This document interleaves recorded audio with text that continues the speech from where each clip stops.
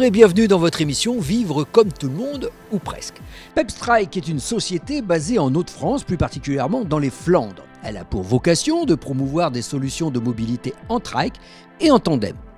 Elle organise également des animations telles que les escapades par exemple, car le vélo doit être accessible à tous. Le trike facilite la vie des personnes en situation de handicap, comme nous le témoignent Charles et Bernadette que nous allons rencontrer. Pepstrike, c'est une start-up qui développe tout type d'activités autour du vélo tricycle couché. C'est un vélo très stable, on est très en sécurité, très confortablement assis et qu'il est vraiment accessible à tous. 5 ans, 99 ans, personne à mobilité réduite, personne en situation de handicap physique ou intellectuel, vraiment tout le monde peut pratiquer le trike. Pepstrike, sa vocation, c'est faire connaître les bienfaits du trike et accompagner les collectivités, les structures locales à développer des services autour de ces trikes. Des services de loisirs, tourisme, vraiment des choses pour s'amuser, ou aussi des services plus à caractère social. Le sport santé, on peut soigner des gens avec ces vélos. Le service à la personne, on peut faire du vélo-taxi, on peut faire des ateliers collectifs en trike. Et enfin, Pepstrike donne aussi du conseil et des solutions de mobilité. Il y a un chaînon manquant entre le fauteuil roulant et le scooter électrique, c'est le trike. Cette semaine, nous allons parler de mobilité. Alors, pas question de revenir sur les transports en commun, on va plutôt parler de vélo, enfin, ce qu'on appelle un trike. Vous verrez, c'est à la fois un fauteuil, à la fois un vélo. Celui qui va nous en parler le mieux, c'est Charles. Il arrive et il vient à nous. Alors Charles, c'est à la fois un fauteuil roulant, mais surtout, j'allais dire, un vélo. Oui, c'est ça, c'est un vélo. Ça me permet d'avoir plus d'endurance et d'aller plus loin, et c'est différent qu'un fauteuil roulant, effectivement. Mais ça me correspond plus par rapport à mon handicap personnel. Mais enfin, bon, on n'a pas la même utilité. Je veux dire, avec un fauteuil roulant, vous pouvez rentrer dans un magasin, vous pouvez faire vos courses.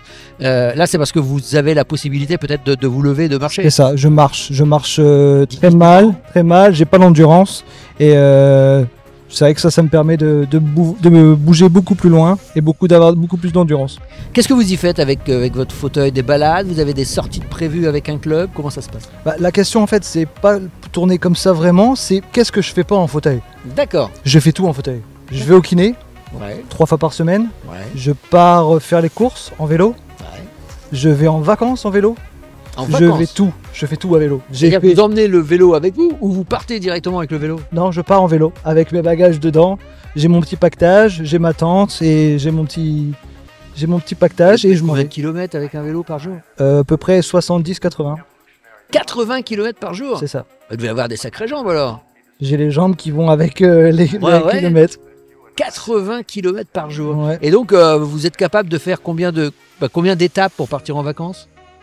La dernière, c'était dans les Ardennes. Je suis parti 2 semaines.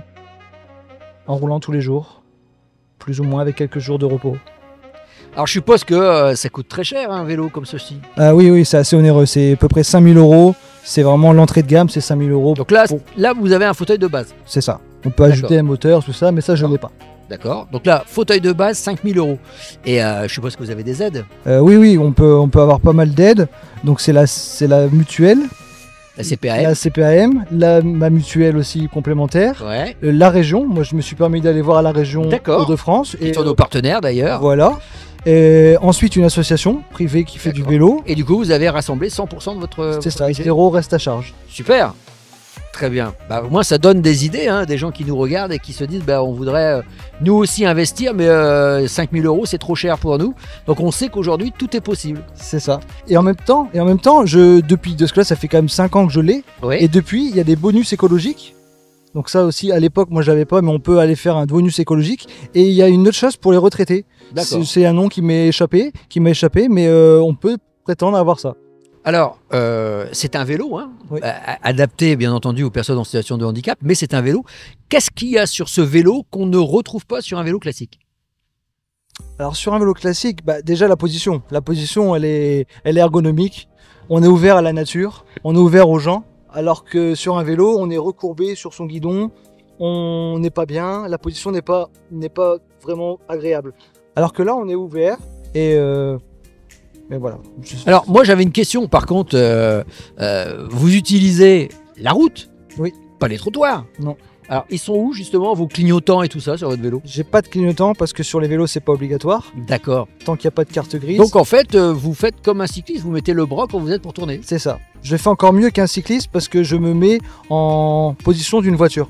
Parce que j'ai pas envie d'aller me foutre dans le fossé ou dans le caniveau. Et du coup, je prends vraiment, je me mets au milieu d'une voie comme une voiture. Si on veut me doubler, on me double comme une voiture. Alors vous nous expliquiez tout à l'heure que ça fait maintenant de nombreuses années que vous utilisez ce type de moyen de locomotion. Est-ce que vous vous êtes déjà fait des frayeurs? Une fois, Ouais. un peu serré trop. Une voiture m'a serré un peu trop et c'est depuis ce temps-là, j'ai pris le parti de rouler au milieu comme une voiture. Si on veut me doubler, on me double comme une voiture. J'ai vu le petit pictogramme. Et quand je l'ai rajouté, ça a ajouté un capital sympathie énorme. Je m'y attendais pas. Alors justement, ça a été ma question.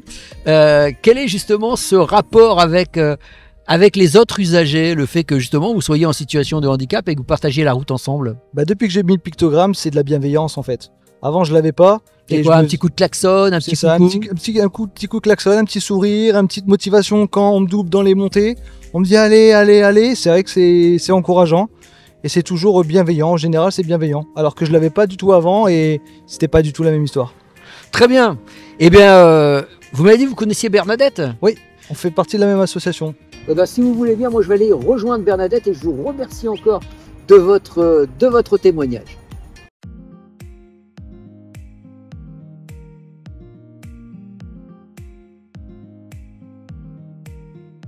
Voilà, je vois que Bernadette est là, elle nous attend. Allons tout de suite à sa rencontre.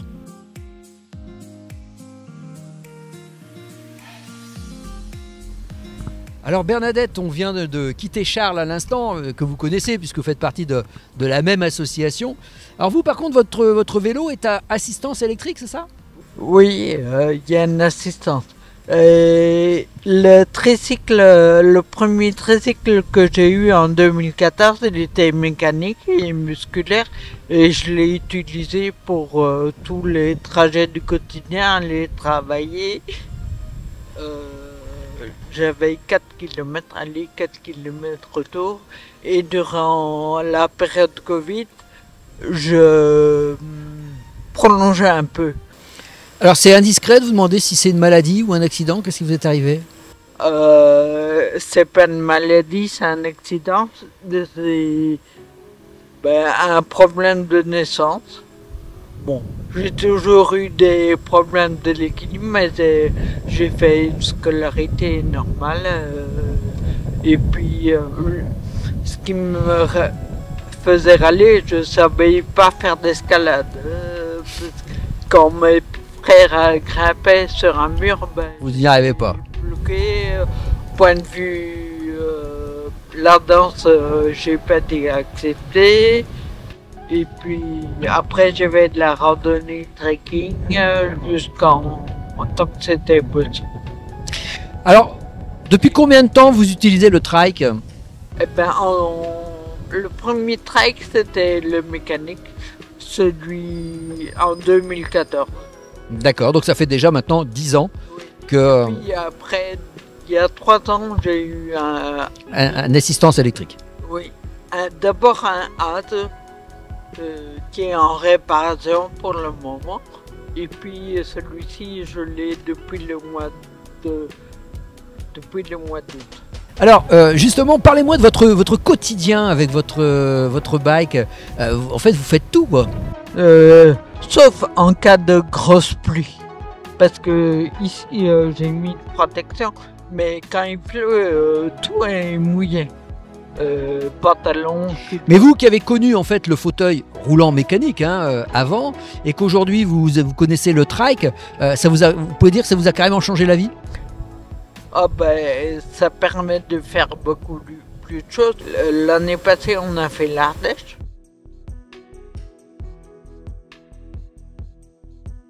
Je reste beaucoup concentré sur ce que je fais parce que j'ai parfois peur de moi-même de ne pas avoir la coordination suffisante pour le bon mouvement. souvent ça. Donc j'entends pas. Et puis j'ai des troubles auditifs aussi. Est-ce que vous êtes d'accord pour nous dire qu'en fait, depuis que vous avez ce bike, vous avez retrouvé une autonomie que vous n'aviez pas auparavant? Mais le trail ici me permet d'avoir un sentiment de liberté. La seule chose, c'est qu'on est limité par la technique et par les batteries. Mais j'ai toujours fait du vélo. À 12 ans, on recevait un vélo de nos parents. Donc j'étais à l'école à vélo. Et puis après, je faisais surtout trekking, randonnée. Puis depuis 2008, quand la marche était un peu plus problématique, on est d'abord sur un vélo 3. Là, on n'a pas compté le nombre de kilomètres faits, mais bon. Puis en Pinot, pendant de 2012 à 2020, on a fait 50 000 km. On a fait la traversée de Cuba, toujours avec mon compagnon. On était en Afrique du Sud, en Casamance. Enfin, on a été aussi dans le nord de l'Europe, le long de la mer Baltique. Parce qu'en Allemagne... Vous êtes une grande voyageuse, Bernadette. Bon... Bien, écoutez, merci en tout cas de votre témoignage. Voilà, cette émission est à présent terminée. J'espère que ça vous aura donné déjà un aperçu de ce qu'est le bike. Et puis, vous qui êtes peut-être en situation de handicap et que vous n'avez pas encore osé passer le cap, vous avez vu un petit peu tout ce que vous pouvez faire avec ce moyen de locomotion. Voilà, l'émission est à présent terminée. On se retrouve la semaine prochaine sur EO.